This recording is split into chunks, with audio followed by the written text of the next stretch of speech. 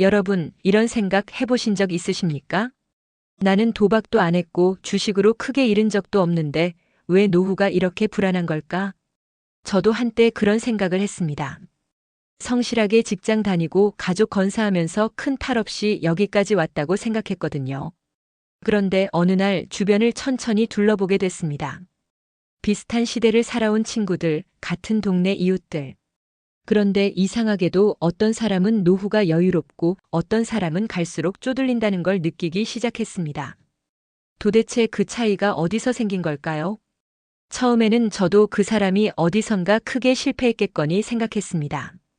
그런데 자세히 들여다보니 아니었습니다. 오히려 평범하게, 무난하게, 착실하게 살아온 사람들이 더 힘들어하는 경우가 많았습니다. 그 이유가 뭔지 아십니까? 오늘 그 이야기를 해드리려고 합니다. 아마 들으시면서 나도 이런 적 있는데 하고 무릎을 치실 수도 있습니다. 그리고 어쩌면 지금 당장 뭔가 바꾸고 싶어지실 수도 있습니다. 끝까지 함께 해주십시오. 오늘 이 이야기 반드시 다 들으셔야 합니다. 마지막에 드릴 3가지 기준이 앞으로 10년을 바꿔드릴 수 있거든요. 많은 분들이 이렇게 생각하십니다. 노후에 가난해지는 건 뭔가 크게 잘못됐기 때문이야. 도박을 했다거나 사기를 당했다거나 사업이 폭삭 망했다거나. 그런데 실제로 70대 이후에 경제적으로 힘들어진 분들을 보면 그분들 대부분은 그런 극적인 사건이 없었습니다. 오히려 평생 조용히 성실하게 사신 분들이었어요. 그렇다면 왜 무너진 걸까요? 여기서 중요한 걸 하나 짚어드려야 합니다. 사람을 가난하게 만드는 건 한 번의 큰 실패가 아닌 경우가 훨씬 많습니다. 오히려 매일매일 아주 작은 선택들, 아무렇지 않게 반복되던 습관들. 그게 쌓이고 쌓여서 어느 순간 돌이킬 수 없는 차이를 만들어내는 겁니다. 생각해 보십시오.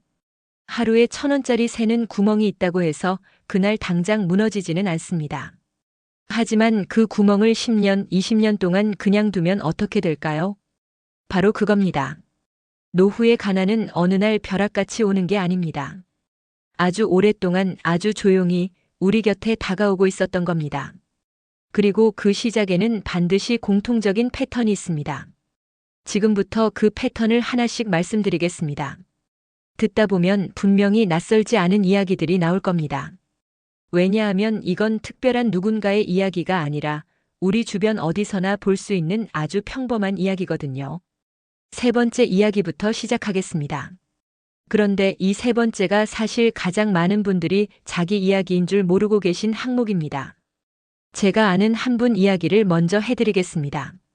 그분은 모임에 나가면 항상 먼저 지갑을 여시는 분이었습니다. 밥자리가 끝나면 제일 먼저 일어나셔서 계산대로 가시고 누가 말리면 손을 저으시며 이렇게 말씀하셨어요. 내가 낼게. 괜찮아.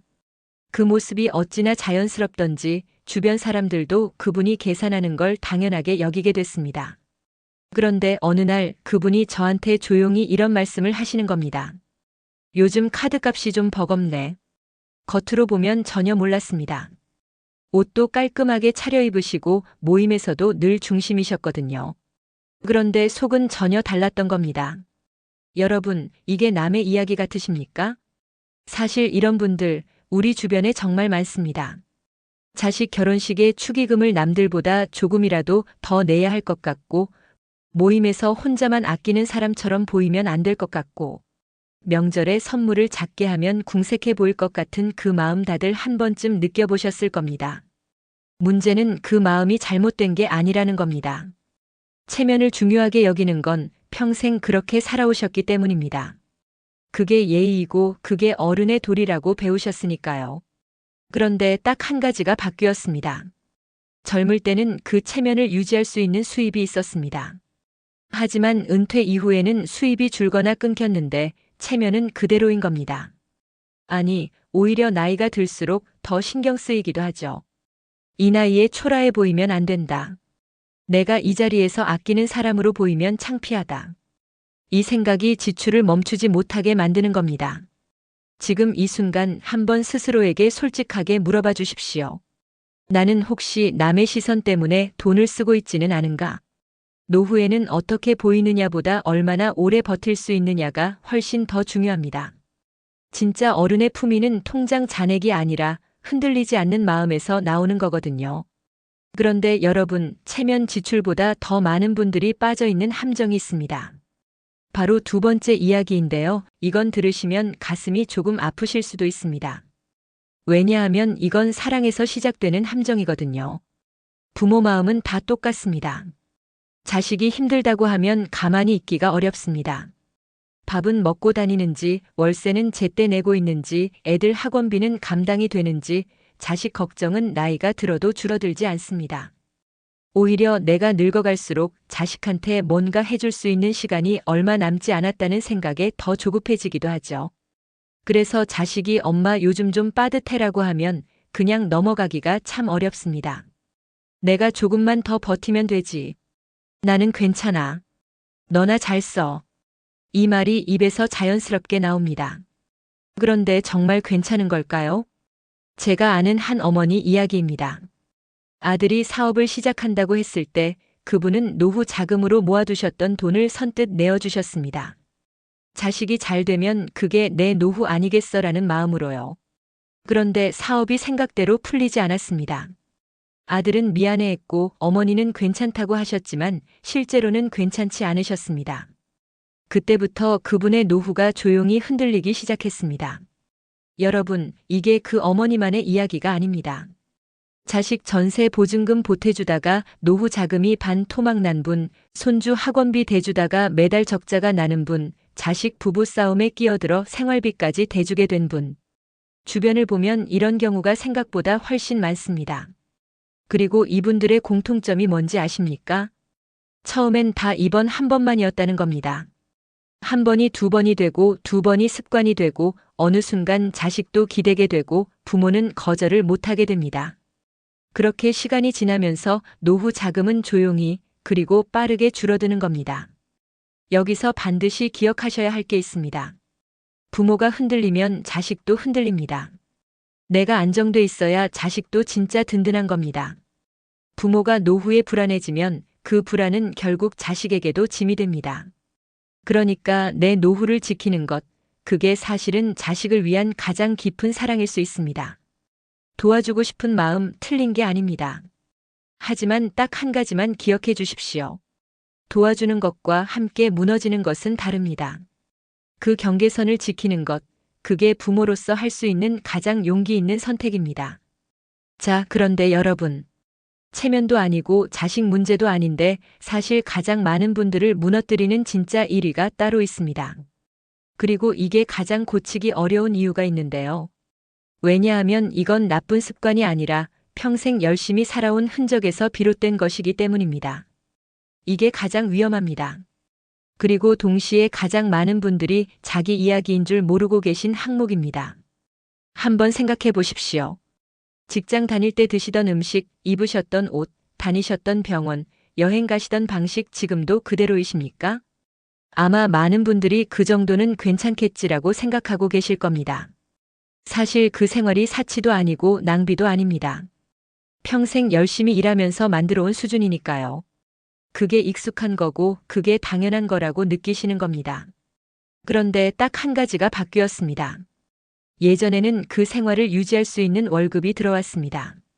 하지만 은퇴 이후에는 그 수입이 없어졌거나 크게 줄었습니다. 그런데 생활은 그대로입니다. 바로 이게 문제입니다. 제가 아는 한 분은 퇴직하시고 나서도 매달 씀씀이가 재직 시절과 거의 같으셨습니다. 외식도 그대로, 경조사도 그대로, 건강검진도 좋은 대로, 여행도 1년에 2번은 꼭 가셨죠. 그분 말씀이 이랬습니다. 평생 아끼면서 살았는데 이제 좀 쓰면서 살아야지.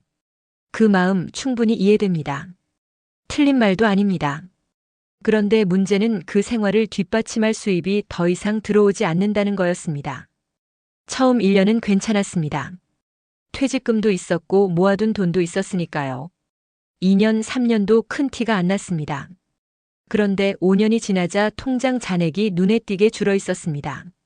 그제야 불안해지기 시작하셨는데 이미 생활 수준을 줄이는 게 쉽지 않은 상황이 된 겁니다. 몸이 그 생활에 익어버린 겁니다. 아니, 정확히는 마음이 익어버린 겁니다. 여기서 중요한 질문 하나 드립니다. 나는 지금 과거의 수입을 기준으로 살고 있지는 않은가? 은퇴 후의 삶은 완전히 다른 경제 구조 위에 서 있습니다. 들어오는 돈의 크기가 달라졌으면 나가는 돈의 크기도 반드시 달라져야 합니다. 그게 수학입니다. 그게 현실입니다. 생활 수준을 조금 낮추는 게 패배가 아닙니다. 초라한 것도 아닙니다. 오히려 그건 지금 내가 가진 것을 더 오래, 더 안정적으로 지켜가겠다는 아주 지혜로운 선택입니다. 줄이는 것, 그게 무너지는 게 아니라 버티는 힘입니다. 자, 이제 세 가지를 모두 말씀드렸습니다. 체면 지출, 자식 지원, 생활 수준 유지. 그런데 여러분, 이 세 가지에는 사실 하나의 공통된 뿌리가 있습니다. 그리고 노후에 안정된 분들과 힘들어진 분들의 차이도 결국 딱 한 가지에서 갈립니다. 그게 무엇인지 지금 바로 말씀드리겠습니다. 제가 오랫동안 여러 사람들을 지켜보면서 확실하게 느낀 게 있습니다. 노후에 안정된 분들, 그분들이 특별히 돈을 많이 버신 분들이 아니었습니다. 대단한 재테크를 하신 분들도 아니었습니다. 그분들에게는 딱 한 가지 공통점이 있었습니다. 바로 줄일 줄 아는 사람이었다는 겁니다. 체면도 줄이고 지출도 줄이고 기대도 줄이고 남의 시선에 대한 신경도 줄였습니다. 그렇다고 구두쇠처럼 사신 게 아닙니다. 즐길 건 즐기시고 베풀 건 베푸셨습니다. 다만 딱 한 가지 자기가 감당할 수 있는 선을 정확히 알고 계셨습니다. 그리고 그 선을 지키는데 흔들리지 않으셨습니다. 반대로 힘들어진 분들은 이걸 못하셨습니다. 이 정도는 괜찮겠지. 이건 줄일 수가 없어. 이번 한 번만이야. 이 말들이 쌓이고 쌓여서 결국 되돌리기 어려운 결과를 만들어냈습니다. 여러분, 줄인다는 게 부끄러운 일이 아닙니다. 오히려 줄일 줄 아는 사람이 가장 오래 버팁니다. 가장 여유롭게 삽니다. 가장 당당하게 삽니다. 그렇다면 지금 우리가 바꿔야 할 기준은 무엇일까요? 복잡하지 않습니다. 딱 세 가지만 기억해 주십시오. 첫 번째, 남이 아니라 현실을 기준으로 사십시오.